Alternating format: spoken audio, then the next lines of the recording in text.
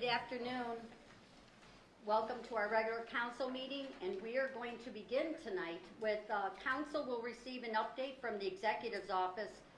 Oh, let me turn on my mic. It might help.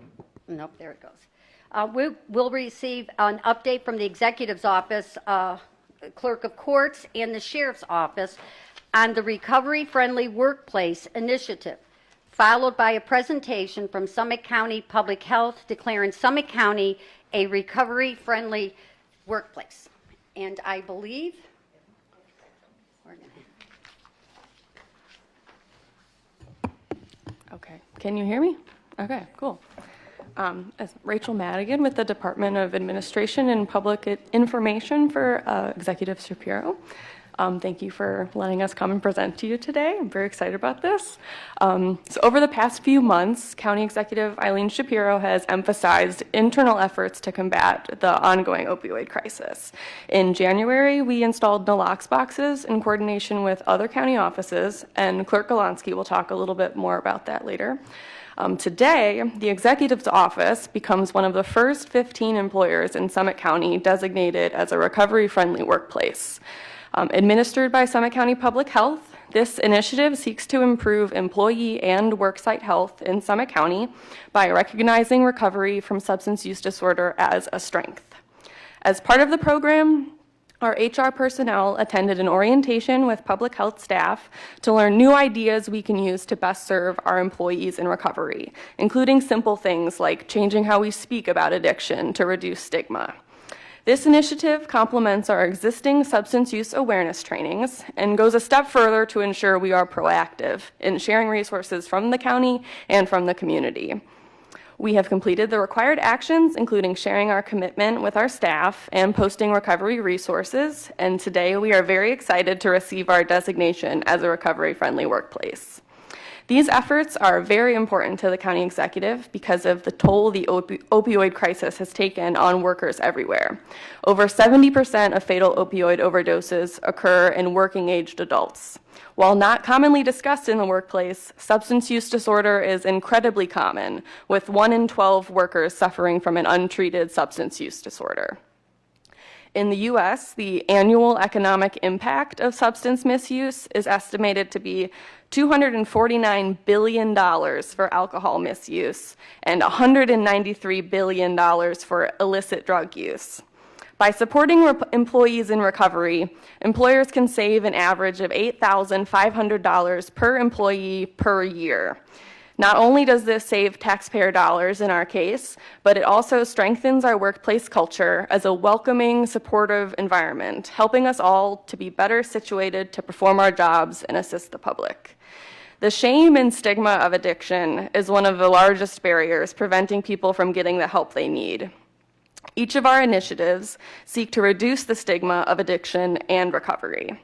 Even when someone might just be paying their property taxes, submitting a home weatherization application, or going about their day, these relatively small efforts can spark a conversation or a thought that you might not have had if you hadn't seen our nalox box on the 1st or the 4th floor. We strive to lead by example in the hopes that our community members will take advantage of these resources too. Now, Sheriff Candy Fothery and Clerk Tavia Golonsky will share updates from their offices, and following that, we'll have Maggie Urban-Walla from Public Health come up and present our certificate and take a quick photo. So Sheriff Fothery. Thanks, Rachel.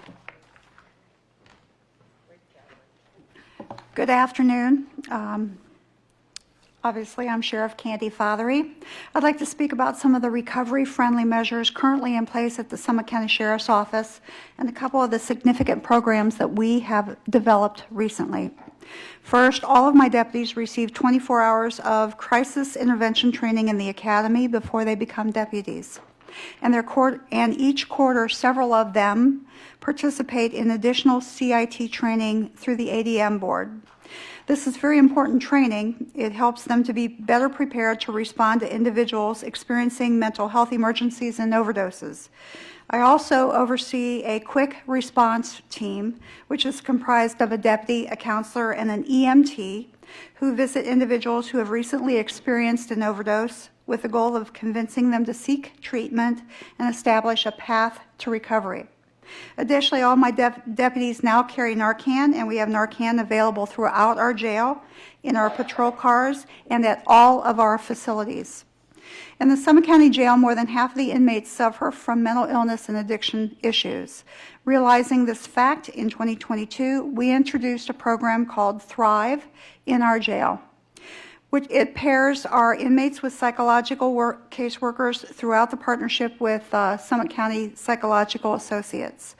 Our caseworkers diagnose and treat these inmates during their time at the jail and continue to work with them after release to ensure that they attend doctor's appointments and therapy, continue their recovery treatment, and make sure that they are receiving Medicaid, Medicare, VA assistance, or any other benefits that they're entitled to. In the first quarter of 2024, our caseworkers successfully maintained contact with 85% of those inmates after they were released. Of those inmates that worked with the Thrive program for at least 6 months, only 9% had a new legal charge after release, and only 1% experienced an overdose. And even amongst the few that did reoffend, we are seeing an increase in the amount of time between reincarcerations, going from an average of 30 days after release to 4 months after release. This program, which is still in its early phases, has already proven to be a success in decreasing recidivism rates among those in recovery. And we also recently introduced tablets at our jail to help our inmates earn training and education with the goal of reducing recidivism. Of the couple thousand programs available on the tablets, more than 400 are dedicated to addiction recovery, available both in English and in Spanish. Lastly, I'm very excited to announce that within the next couple of months, we'll be opening a new recovery facility here in Summit County, which will assist recently released inmates who are homeless and suffering with addiction and mental health issues. Working with you, our County Council, the Executive's Office, and the ADM Board, Community Support Services, and other agencies, we will soon be able to provide temporary housing at this facility for inmates that have currently no place to go. We will be able to assist them with their ongoing recovery, and ultimately will help them reconnect with family and find permanent housing. This has been a pet project of mine since becoming sheriff, and I believe it's the missing piece in the recovery puzzle in many of our communities. I can't wait, really cannot wait to see it up and running. It's coming very soon. I want to thank you for your time listening. The efforts at the Summit County Sheriff's Office to address addiction, both internally and externally, are beneficial for not only our workforce, but also all the citizens here in Summit County. As we work together collaboratively, I believe that we can actually make a difference and maybe swing the pendulum back so that we are better prepared to accept and get our inmates as well as our employees back on the workforce and fully recovered. Thank you. Thank you, Kim. Hello, I am Tapia Golonsky, your Summit County Clerk of Courts, and I'd like to say thank you to this august body for allowing us a chance to talk about the Friendly Recovery Program. So I think I'm the newest in our position here, and so early after my appointment in January, I was approached by the very wise Executive Shapiro to join in the Nalox Box program, and we had that box installed. Under the direction of my Chief Deputy of Legal and Title, Anthony Gomez, as well as my Chief of Staff, LaToya Jones, they made sure that our employees, not just at our main office, but at the other offices as well, are trained on the use of naloxone. And so once again, I can say, which is something I've said for a long time, I'm proud to be from a recovery county, and I really appreciate being a part of the recovery-friendly workplace. So thank you. Thank you. Is there any questions? Jeff? Sheriff, the recovery facility that you were talking about, is that the building over on Frederick Boulevard? So it's getting close to being ready? Very close. Oh, good. So I'm going to come up for a second and just thank everybody, because once again, this is case you don't know me, I'm Executive Shapiro. Surprise. It's once again pulling everybody together to try and make an impact and to make a statement to not only community, but beyond our borders of what we stand for and how we try and help people. So I'm grateful to our partners, as usual, as I always am, for being so responsive to what we're trying to do here. And just want you to know, Rachel did an amazing job on putting this whole thing together. So, thank you. Rachel, what's next? What's next, Rachel? We'll have Maggie come up to me. Donna? Oh, okay, come on down.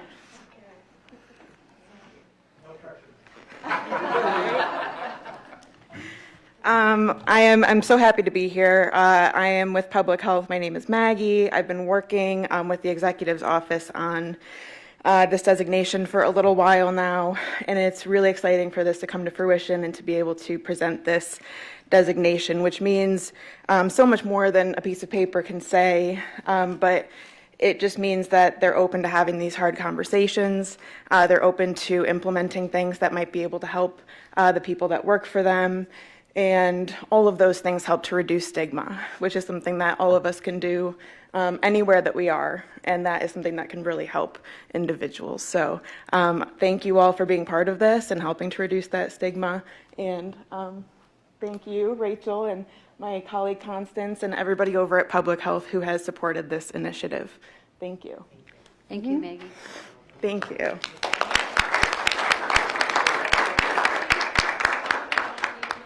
I have a quick question. Yes. Is there another facility going in for recovery on 82 in Northfield Center? Do you know? Yes. ADM? Yes, ADM is working with the state and the facility that's already up there. There's land up there to be developed, and they're in the design and construction process planning Okay. right now. All right, thank you.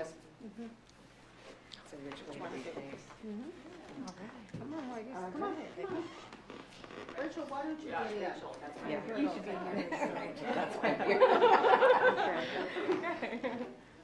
And Council, do you want to stand up? Are you okay that way? Come on. Everybody's in this. It's an all state.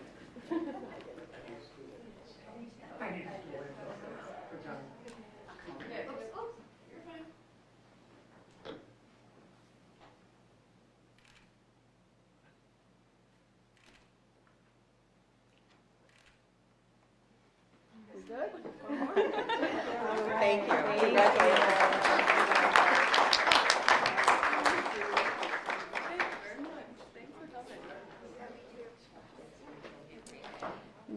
Next, we have the Executive's Department of Job and Family Services will provide council with a brief update of the summer youth employment program. Welcome.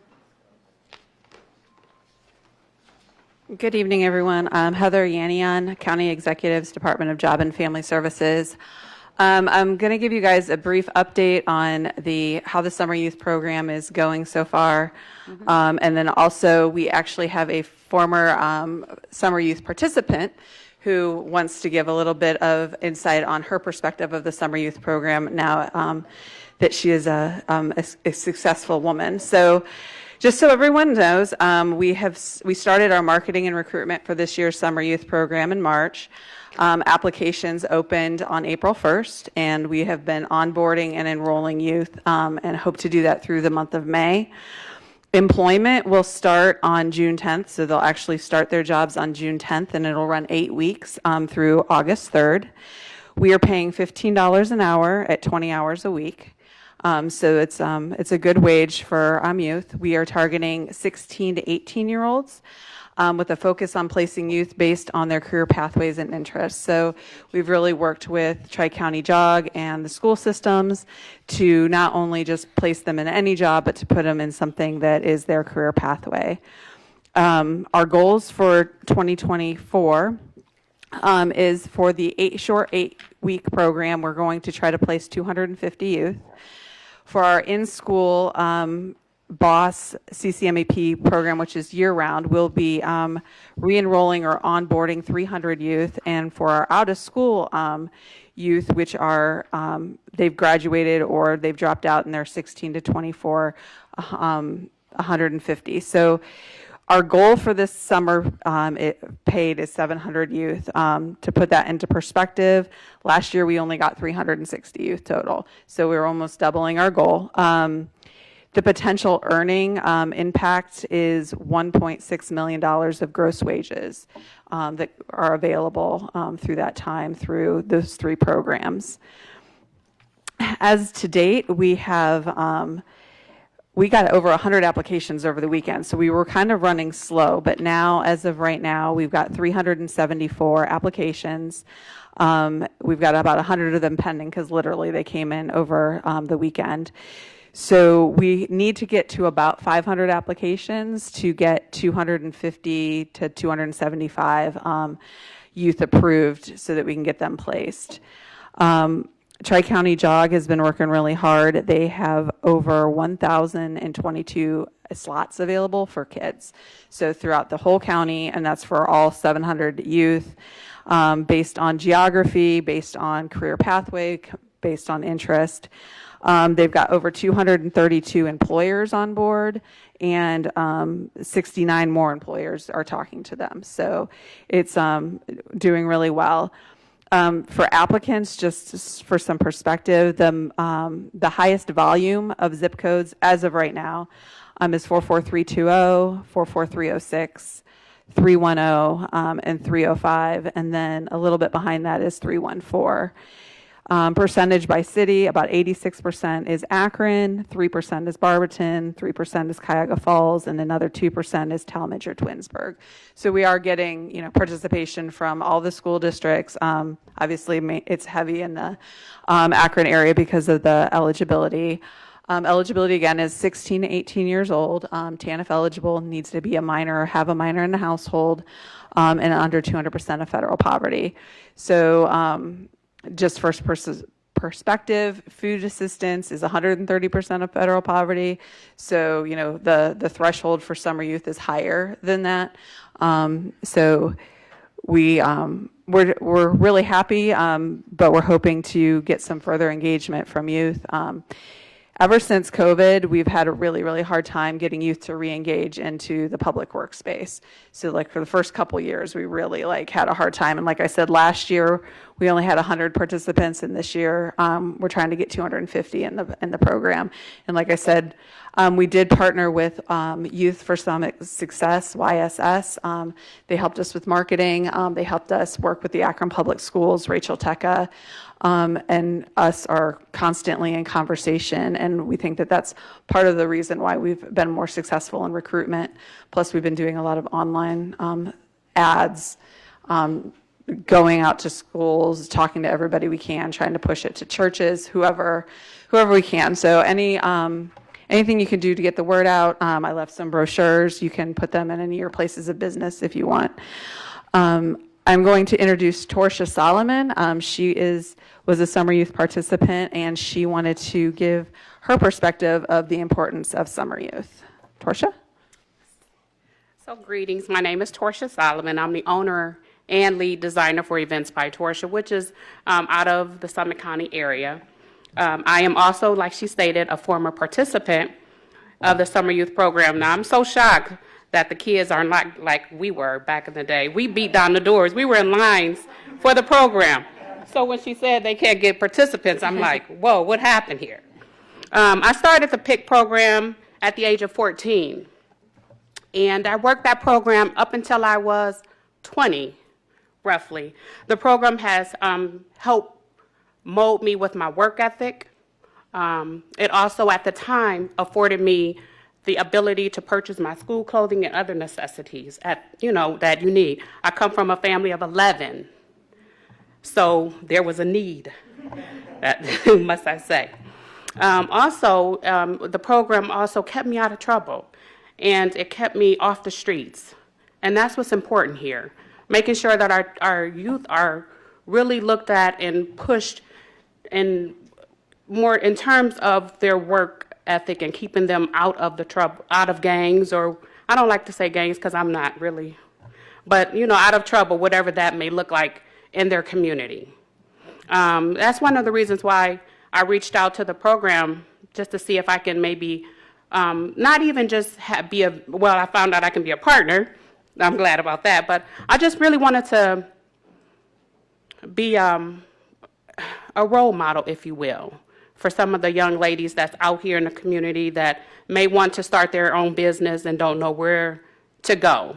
So that's why I reached out to the program, and I found that I can be a partner and and have access to however many kids I want. So that's awesome. But I thank you guys for allowing me to tell my story. The program is really needed, though, in the Summit County area. There's a big need. A lot of families are suffering now. And so that's something that we need to really consider. Thank you. Thank you. You're welcome. Are there any questions? Madam President. So I have three questions. Sorry. okay. I'll do my best. First is, are there deadlines with respect to applying for the program? Yes, so we're trying to get the youth to apply by the end of May because we need to get them to start employment on June 10th. So the sooner they apply, the better. We haven't shut down any deadlines or anything yet. It's always really ran on a capacity. There's been times the application's only been open a week because in her days we had a list that, a waiting list. This year we don't. So yeah, as soon as they can apply, the better. But we'd like to try to get those applications in by the end of the month at the latest. Okay. And then my second question is, as far as promotion, social media assets, do you have social media assets available that council members could post on their own social media channels? Could you get those to maybe Mr. Potter? Yeah, we can do that. Yeah, through Youth Summit Success, we actually have the website. We have I can't remember the kits, promotional kits, postings that can be put on. They're already pre-made postings and everything, so we can get that stuff to you. And then my last question is around clarity on qualifications to apply. Yeah. Is there somewhere where it kind of more explicitly states this is what the income for a four-person home looks like? Yeah, that's on the website, plus we have other details, but yeah.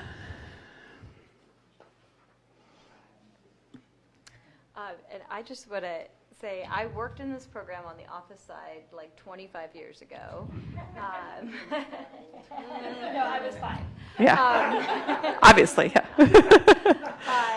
But I love the changes I'm hearing about. I mean, we used to have kids cleaning schools, going to the soapbox derby to clean, and this is a really valuable experience. It sounds like I'm glad to hear that the program's been improved so much. It's great work you're doing. So thank you. Yeah, thank you. Yeah, we worked really hard to try to work with the pathways, but also for Akron Public School kids, those hours actually will go towards their credential attainment, or the work-based learning hours, their work-based learning hours that they're required to have. So we've worked with Akron Public Schools that will be able to give them those hours, so then it will actually count towards their, if they're still in school, their graduation needs. So that's why we're worked hard in the pathway. So thank you. So I'll be at Bookdale High School on Thursday. Okay. So if there's information that I can get. Yeah, before we have Thursday, a huge stack that you can hand out to people. Wonderful. Thank you. Yes, Ms. Rogers?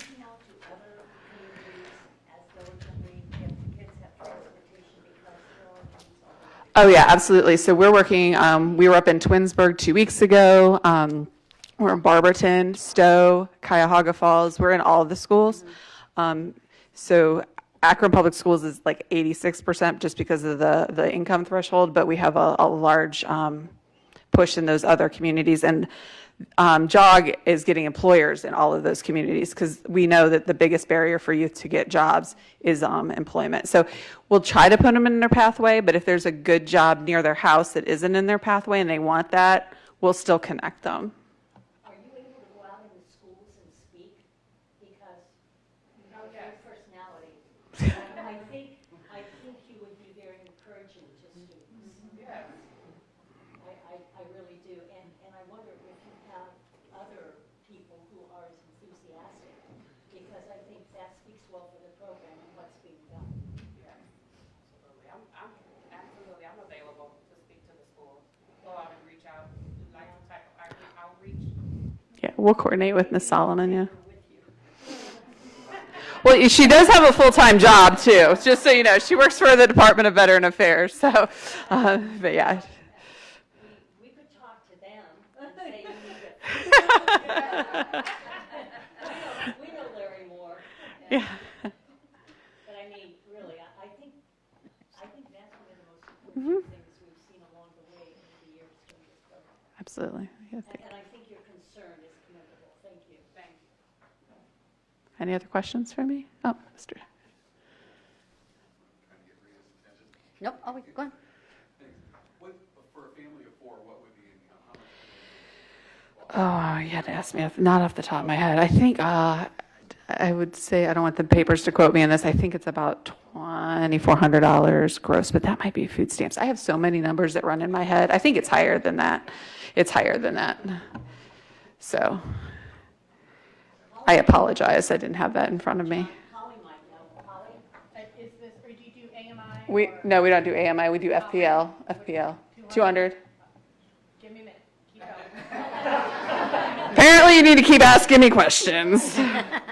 She's giving me one of these. Keep going.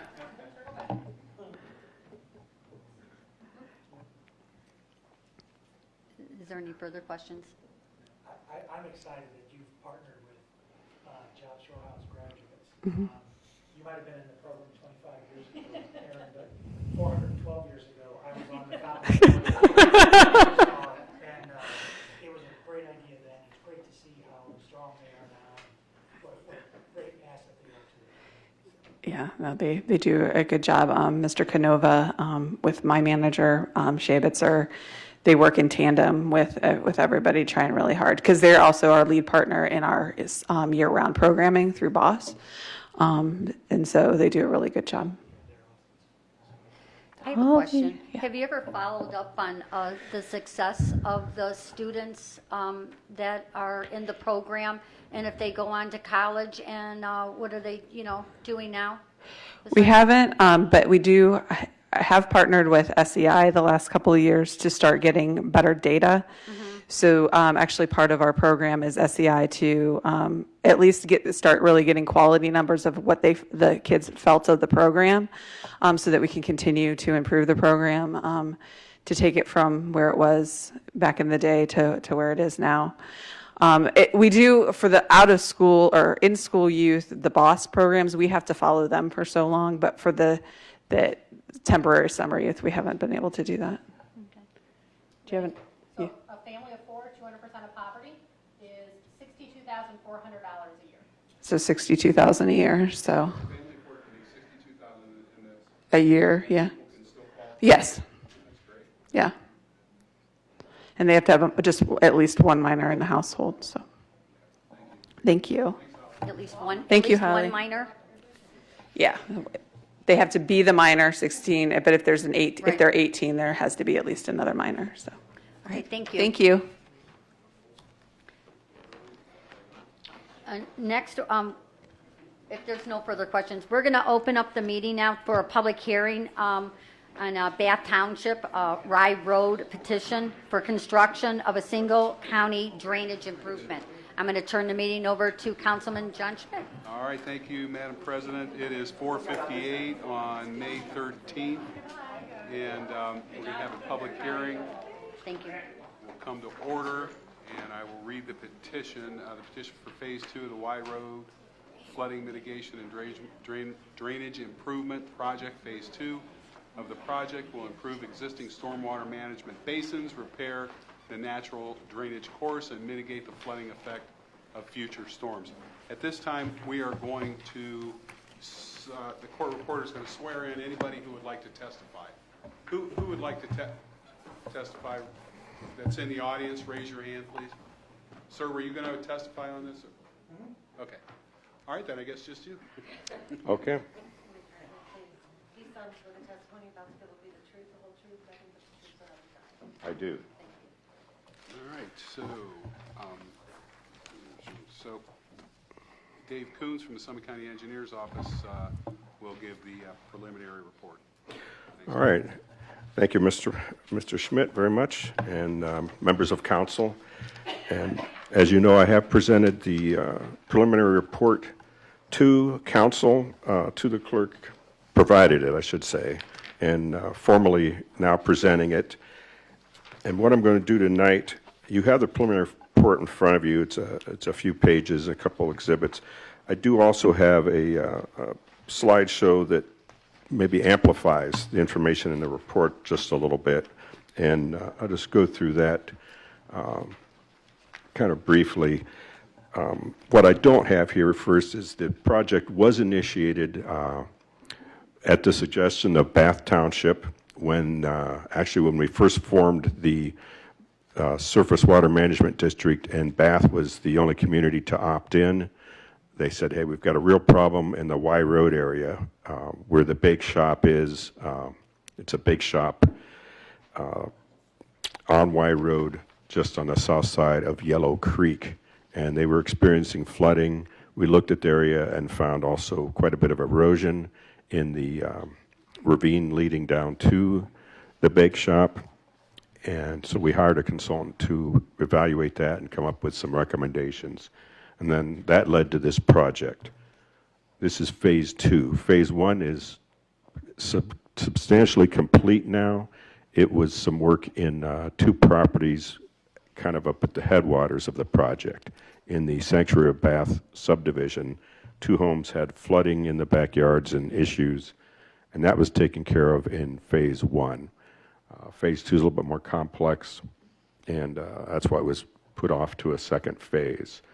So along the stream, we'll put in step pools and riffles and thereby reduce the erosion in the stream. There's also going to be some reduction in the flow because these riffles will hold a little bit of water.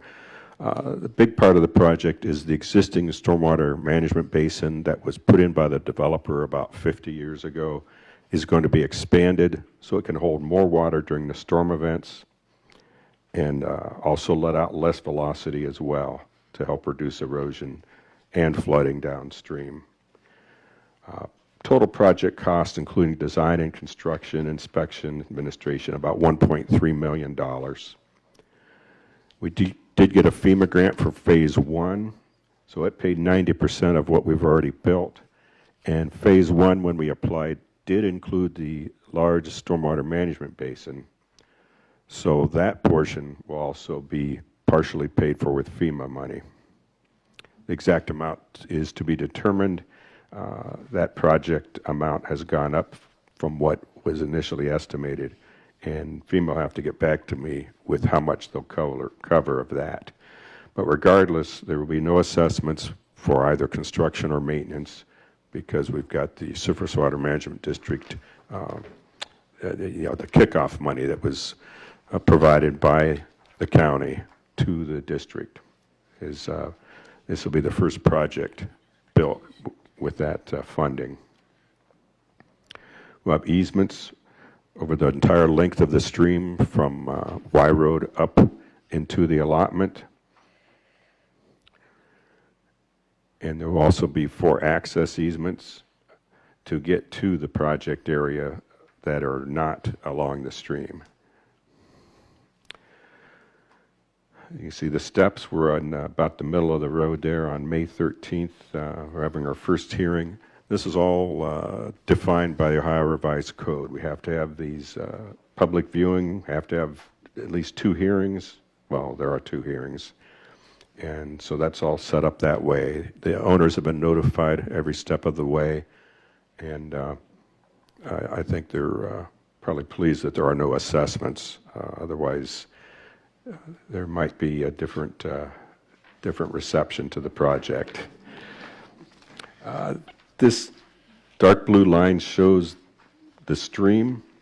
At the very north end of it, or say in the upper right quadrant, that's part of that's in a storm sewer along Y Road. But then after you pass Yellow Creek Road, it's all open channel and winds through the backyards roughly along the allotment line and through the detention basin that's out there. It shows a little bit more of what's proposed to be done. That's hard to see, but the clusters of squiggles, more or less.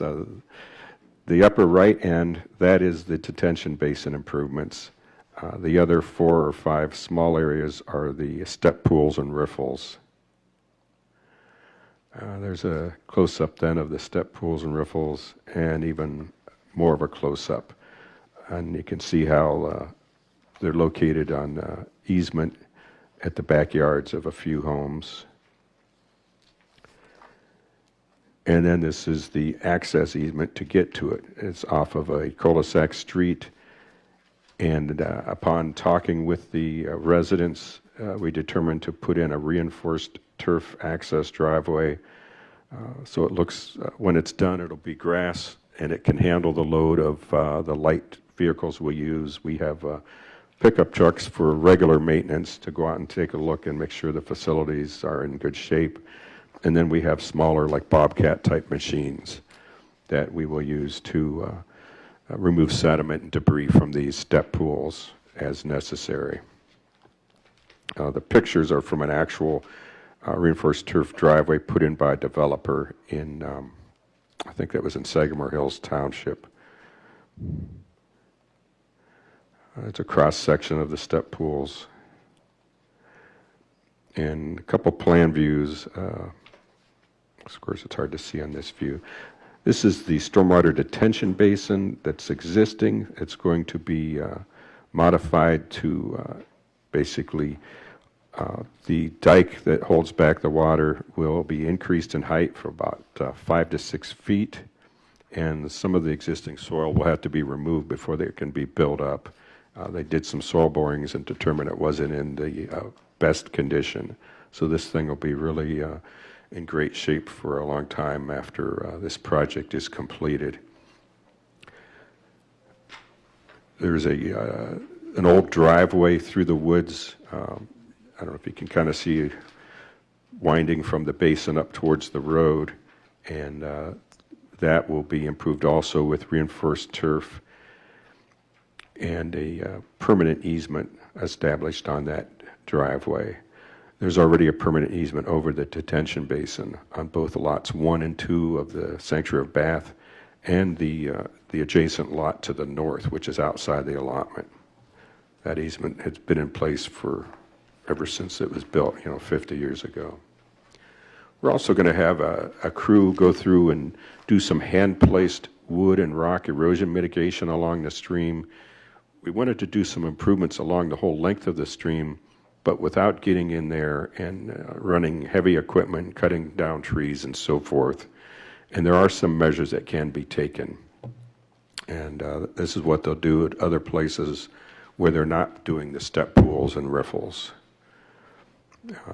Taking logs and putting them along the side of the stream, perhaps anchoring them to existing trees that are stable so that the erosion can be reduced. And I can go through I think that's the last slide, yeah. I could go through any questions you might have on either the report or this presentation or anything else on the project. All right, thank you. Are there any questions? Yes. Thank you, Mr. Chair. So thank you for your thorough and clear presentation. Could you tell me what a riffle is? Yeah, riffles, the step pools are, say, they build up a pile of rocks that, in effect, is a little rock dam across the creek. And this is a very small creek, by the way. It probably has water running in it most of the time, but it never really runs really strong. But at times, it probably runs 2 to 3 feet deep and 2 to 3 feet wide, because it's a fairly steep channel, like a very steep V shape in a ravine. Yeah. So a riffle then is rocks that are placed across the stream, but at lower, say like a very low single height of rocks. So it just slows the water down without really backing it up in a pool. I mean, there could be a pool of maybe a few inches depth, but not a pool of 2 or 3 feet like we're going to have at the other ones. So the riffles really help slow the water, to calm the water as it's rushing downstream. it looks like there's some nice features to be effective, but yet look natural in this Yeah, plan. it'll look natural, pretty much, and it'll cut down, by cutting down erosion, it'll reduce the number of trees that have eroded roots and then fall over. That's something I think most of the residents will be appreciative of, because some of these trees have probably fallen on some of their backyard sheds and other patios, things like that, that they have. Any other questions from council? All right, are there any other proponents of the petition? Are there any proponents? Last call, any proponents? Are there any opponents? Any opponents like to speak? Third and last time, any opponents like to speak? Okay, there are none. Any others who want the improvement, or those who do not want the improvement, have the opportunity or affirmations or objections before council makes a final decision on the petition? But you're asking for first reading passage this evening? No, Councilor, this is, tonight is just a resolution. It's to proceed with the design. Okay. I was going to say it was kind of contradictory. Yeah, there'll actually be 3 pieces of legislation. Proceed with design tonight, next week, setting the final hearing date after you get the final report, and then on the June 24th, whether or not to proceed with the project itself.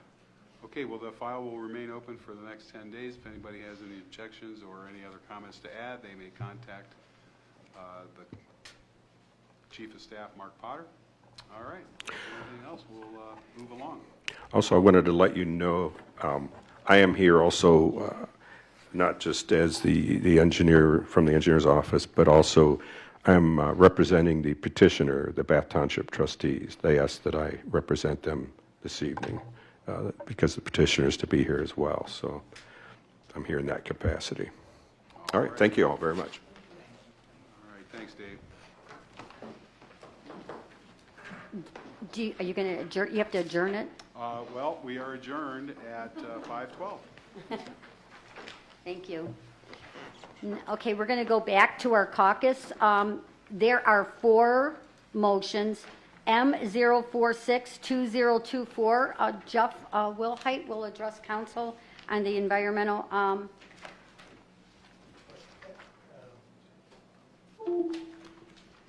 Thank you, Madam President. This is a motion to establish a subcommittee of Health and Human Services to look at an aggregated picture of where we are as a county with environmental activities. When you look at the information that comes before us, there are many, many times where the different departments are doing really great work environmentally. Certainly stormwater sewer, sewer maintenance, they're always looking with an eye towards how can we do the environmentally correct thing as we address things. I know the engineer does on an ongoing basis. Those are the county functions, but there's an awful lot of activity outside of the county government that's going on as well. I'll give you a couple quick examples of some businesses. There's over on Grand Street, you may have taken your old computers there. It's Summit E-Waste. That company will take the old computers, they'll take the hazardous components out, they part out those computers. They have a really cool program where if someone brings in a really old device, they set those aside and they rent those out to production companies, movie companies. If you're setting up a period piece for a movie, then you can set up your office and you got this really cool old computer sitting in the scene. There's another company, while they're just over the border of the county, it originally started as an Akron company, Celicor. Celicor was approached by Jose Cuervo, who makes tequila, and their bio waste is the agave husk. And that husk is used to manufacture biodegradable straws, spoons, forks, knives for cafeterias and things, and they biodegrade 10 times faster than plastic. That's happening right here in our region. So the whole premise is, let's get a snapshot of where we are, take a look at the folks that are doing great work and celebrate those folks, and then if any gaps form, then let's take a look at those and over a long period of time, what are the immediate things we can address? What are the intermediate things to take a look at, and what are long-term things to look at, so we can do the environmentally correct thing collectively as a county. We have several people interested in helping gather this information, and I think it's going to be a really great story to tell when it's all done, and then it'll also give us some direction for some planning and going forward. So, and the invitation obviously is open to any member on council if you want to sit in on the process. I asked Mark if he would put together an email so that we can put the call out to anybody who's doing specific work. Send that information into a central portal, if you will, and then we'll start collecting that. Councilwoman Walters did a lot of work pre-COVID on the environmental task force. We certainly don't want to lose that information and data. We'll use that as well, but we hope to present the council and the community with an aggregated version of what's going on collectively in the county. And I think folks will be excited to see that when it's all said and done. Now, there's going to be those folks who it's not enough, and then there's going to be those folks who it's too much. So the answer is always in the middle, so let's find out what that answer is. Okay, thank you. Any questions? Moving on, there are 17 first readings. There are 4 first reading passage requests, 2024148. We have a Mark Potter will address council. Hello, members of council. Mark Potter, Chief of Staff, Council Office. Most of this stuff we just kind of heard a little bit about from Dave's presentation. This piece, again, is to just proceed with the design preparations, and that is so they can start putting together the final report. And we cannot set the final. We've been trying to follow this, of course, by what the statute requires. We cannot set the final hearing date until we have the final report. So they couldn't start the final report until we pass this resolution tonight. So, as an FYI, as Dave already mentioned, though, we will have to have a brief special council meeting before committee next week, just so we can have a piece of legislation to set the final hearing date. But again, this one is just so we can proceed with the process. This is not a final approval of the work or anything like that. Thanks, Mark. Any questions? Thank you, Mark. Thank you. Next is 2024149. Holly Miller will address council.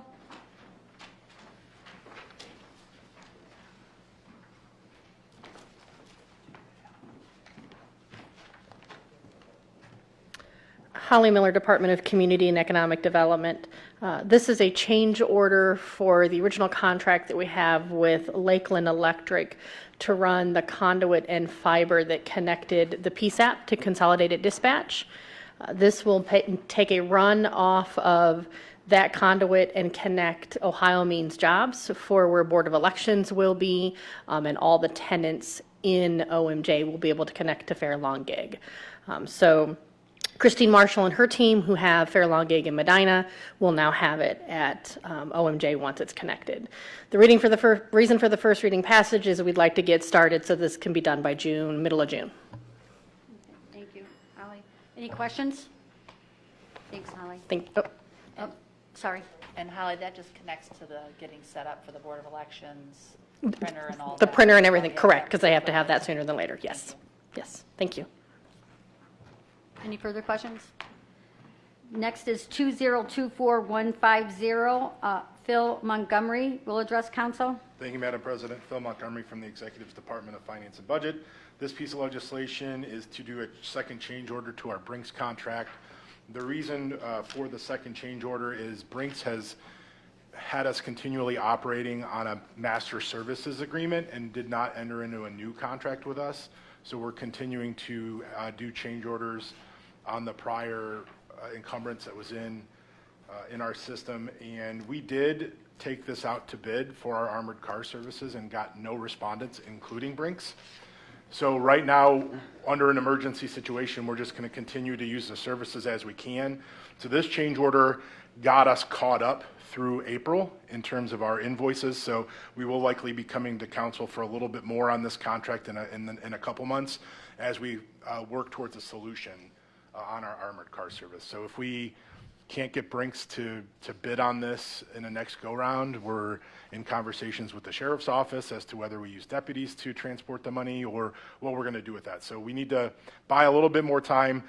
This change order gets us, again, should cover us through June, but we'll be back probably right after recess to finish that out and have a more permanent solution for armored car services. With that, I'd be happy to answer any questions. Gloria? We don't know. So they changed their fee structure. We had a 3-year contract with them. They changed their fee structure and have been charging us some excessive wait times, which we don't believe are factual.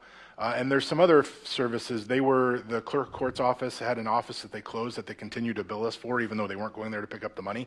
So we have a little bit of a dispute with them, but we're not exactly sure why they didn't bid on it. I don't know if we're not a big enough operation because we only have 5 locations that need to be picked up, I think, between the clerk's office and here with the fiscal office. There aren't that many locations, so maybe we're just not big enough. So we'll likely take it to bid one more time to see what we can do, but we may need to come up with something internally.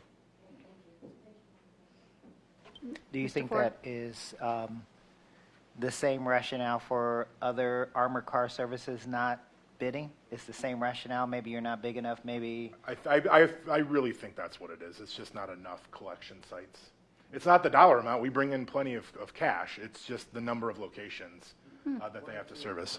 Said that they only deal with financial institutions as well. Yeah, some of them are just getting out of the normal collection business.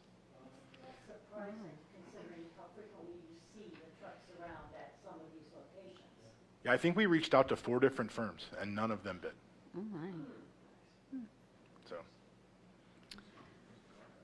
John, you yeah, we reached out to them too. John, you okay with this? Yes. Yes. And Aaron, I forgot to ask you, you okay with your piece? Yeah, but we were wondering, why is that in public safety? Yeah, shouldn't that be in? This is the reason that I had this assigned there was because this is the same fiber network that was tied direct. I think it has connections to the dispatch center. So when we looked at the previous pieces of legislation, all of that was public safety. So for consistency's sake, we put it there. That makes sense. And then Councilman Schmidt, are you okay with your piece? Okay, thank you. Moving on to 2024151, Phil Montgomery again will address council. Thank you, Madam President. So we have this cycle's appropriation legislation before council. The first item is the appropriation for the repayment of the advance that the general fund made to the Department of Sanitary Sewer Services to flush the cash in that fund at the end of the year. So this is the second year in a row that we've done this. So we transfer money at year end to make the fund balance positive, and then we come back and get council and we move that money back, advance it back to the general fund. And this will be hopefully the last year, maybe one more year because of the rate changes that council made with Department of Sanitary Sewer Services last year. That cash flow is starting to catch up. So we think this advance situation may only be one more year. So that is the repayment of those funds to the general fund. The next 2 sections, I think I've mentioned to council as we continue to fine-tune Munis, our new financial system. We originally set some capital funds and some grant funds up as life-to-date funds instead of annual funds, because that's how the implementation consultants suggested we do it. We have found that that does not work for us. So there are a handful of funds that we're converting from life-to-date funds back to annual funds, which means we'll be coming to council to just adjust the appropriation, taking the previously appropriated funds out of the old life-to-date fund and moving it into the new annual fund. So that's what the next 2 sections are, just adjusting appropriations between those 2 types of funds. Last one on page 2 is an appropriation for a contract previously approved by council for animal control. On to page 3, we have the appropriation again for another contract that was previously approved by council for public safety. We have the computer-aided dispatch operations, so the functionality out at the dispatch center. We're appropriating funds for anticipated expenses for this year. Under the engineer, this is appropriating funds for the Canton Road resurfacing project. And the next one is the Ira Road Bridge project, also for the engineer, so those two new projects are being appropriated. Next is the REA fund for the fiscal office. This is to appropriate funds for the sexennial reappraisal that was for the contract with Warden Associates previously approved by council. Department of Sanitary Sewer Services, this is for a design contract with Burgess and Nyepel, also previously approved by council, so appropriating those funds to expend them. And the last one is a new grant for the Common Pleas Court that will extend through 2026. And with that, I'd be happy to answer any questions. Are there any questions? I can't let go, Phil, on the first page. Yeah, I know. This was to, for Department of Sanitary Services, this was to flush the account.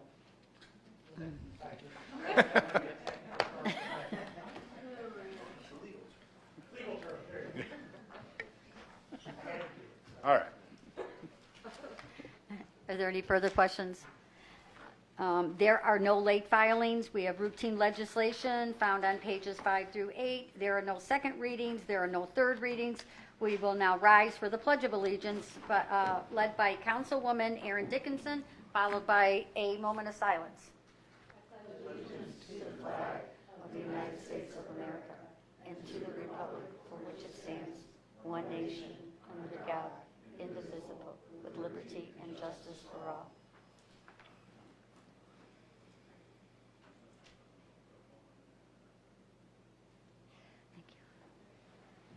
Roll call? Mr. Smith? Here. Ms. Hyam? Here. Mr. Donofrio? Mr. DeVitas? Ms. Dickinson? Here. Mr. Ford? Here. Mr. Wilhite? Here. Ms. Darrow? Here. Ms. Rogers? Here. Ms. McKinney? Here. Ms. Walters? Here.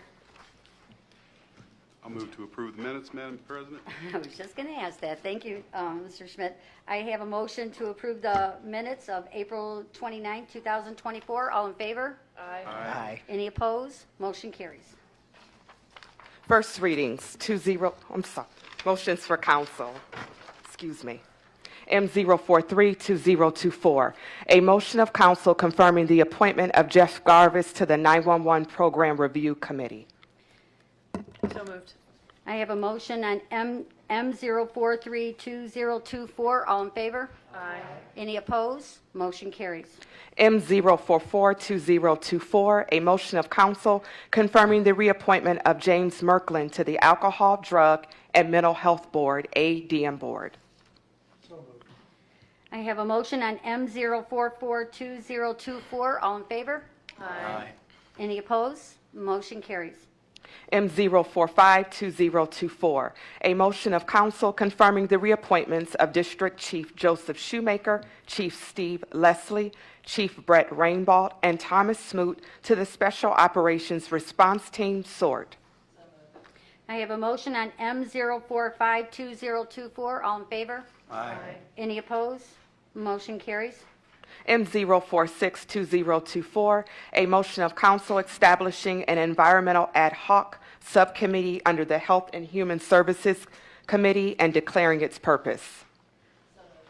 I have a motion on M0452024. All in favor? Aye. Any opposed? Motion carries. I think I missed one. First readings, 2024-148, a resolution granting design preparations for Bath Township's Y Road Flood Mitigation Improvement Project, Phase 2, ditch petition pursuant to Section 6131.12 of the Ohio Revised Code, emergency. Madam President, I move to suspend the rules and adopt 2024-148. I have a motion to suspend the rules and adopt 2024-148 on the suspension. All in favor? Aye. Any opposed?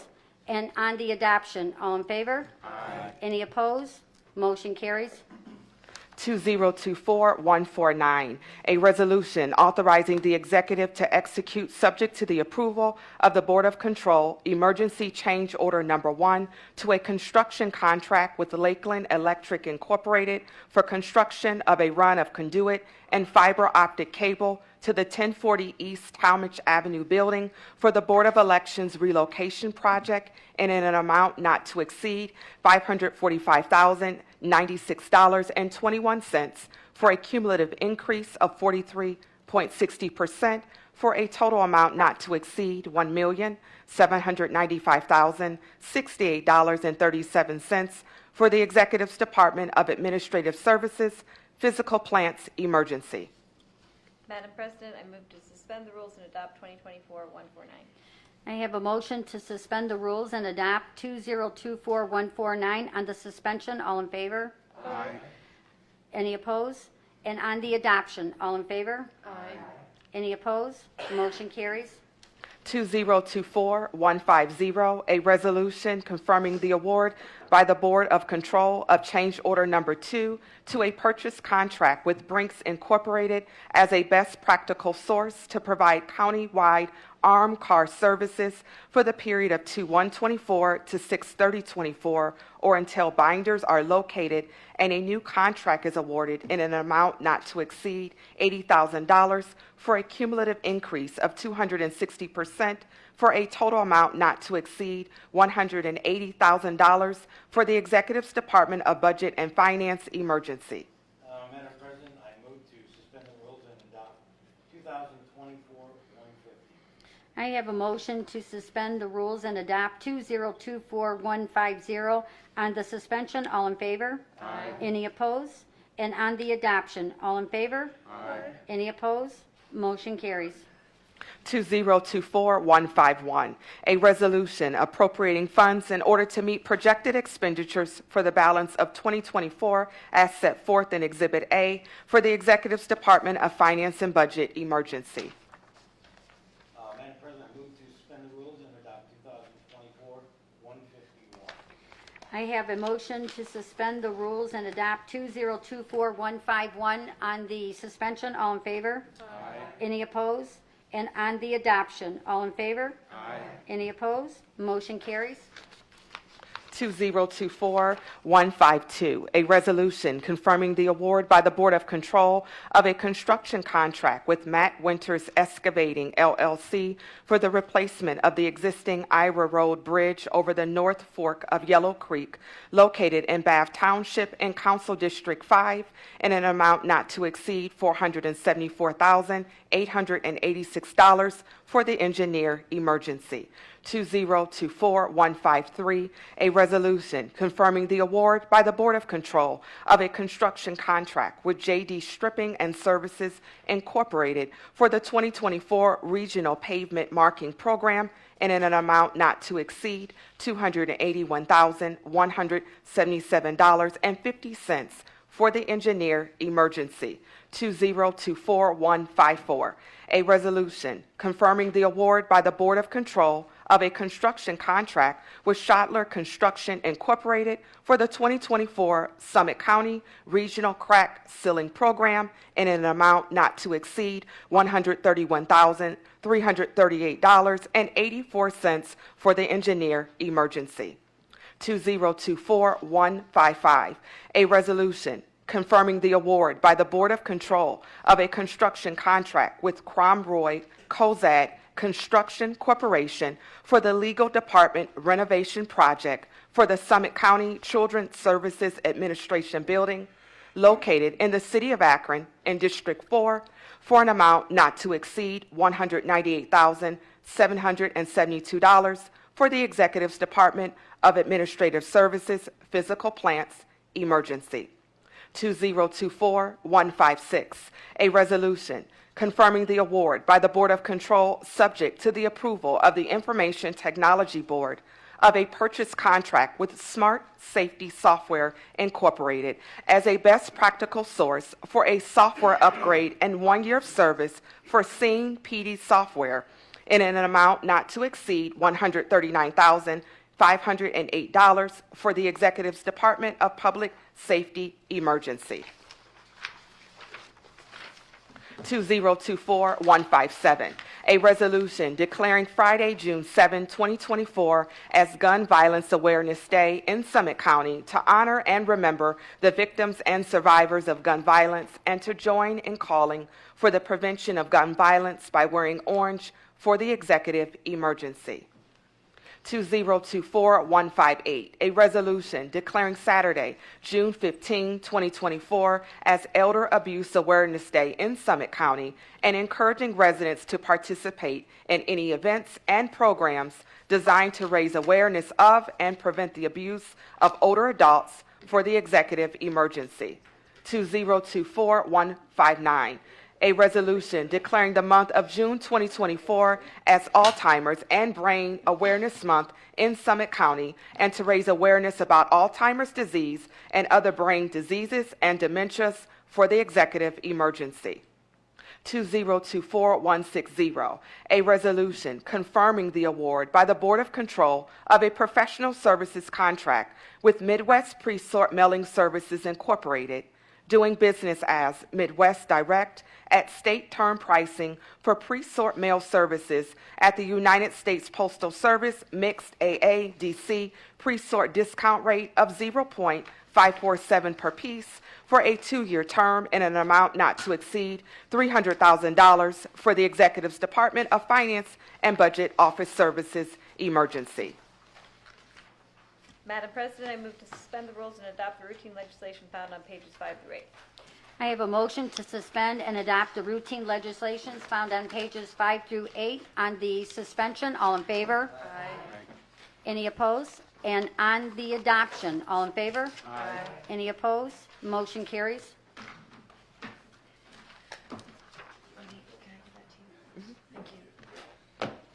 If no further business, we're adjourned. Sorry. Thank you. I see.